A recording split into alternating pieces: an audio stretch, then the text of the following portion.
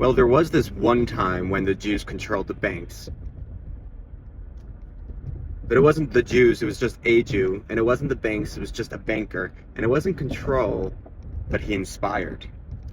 It happened about 100 years ago when the Vizhnitzer Rebbe appeared uninvited at the local banker's home. Now that banker was a Jew, but decidedly secular. Knocked on the door. The banker's assistant opens the door and is taken aback to see this fully garbed Rebbe at his door. And he asks him how he can help him.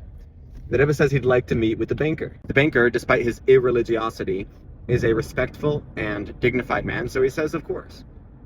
The Rebbe settles into the banker's study and is silent. The banker's getting a little uneasy. And out of respect to the Rebbe, the banker allows the silence to go on. Finally, after a while, the Rebbe turns to the banker and says, "Thank you for your time," and marches off. So this was extremely confusing to the banker, and he follows the Rebbe to escort him to the door, but his curiosity led him to escort him even further, and he walked the Rebbe all the way to the Rebbe's house. Finally, he blurts out, "Rebbe, what's this all about? What was the purpose of this visit?" So the Rebbe said, "I came to your house to fulfill a mitzvah." So this piqued the curiosity further. So he said, "What mitzvah?" He says, "I can't tell you." "No, please, Rebbe, tell me, which mitzvah?" So the Rebbe says, it says in the Talmud, just like it's a mitzvah to speak when you'll be listened to, so too it's a mitzvah to not speak when you won't be listened to. So the Rebbe says, generally I'm in the presence of my Hasidim. I don't really get the opportunity to not be listened to, because my Hasidim generally follow my instructions. I had to go to your house, somebody that definitely will not listen to me, and thereby I can fulfill the mitzvah of the Talmud to not speak when I know somebody won't listen to me. So you can imagine the banker's curiosity was increased even further, and he says, "Rebbe, just tell me, maybe I'll listen to you."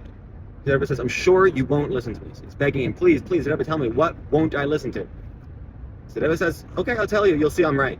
There's this one widow in town who, thanks to her husband's death, no longer has the earning power to cover her family's mortgage. And there's about to be a widow and a bunch of orphans who will go homeless, thanks to the foreclosure on their house. And I was going to ask you to please help with their mortgage."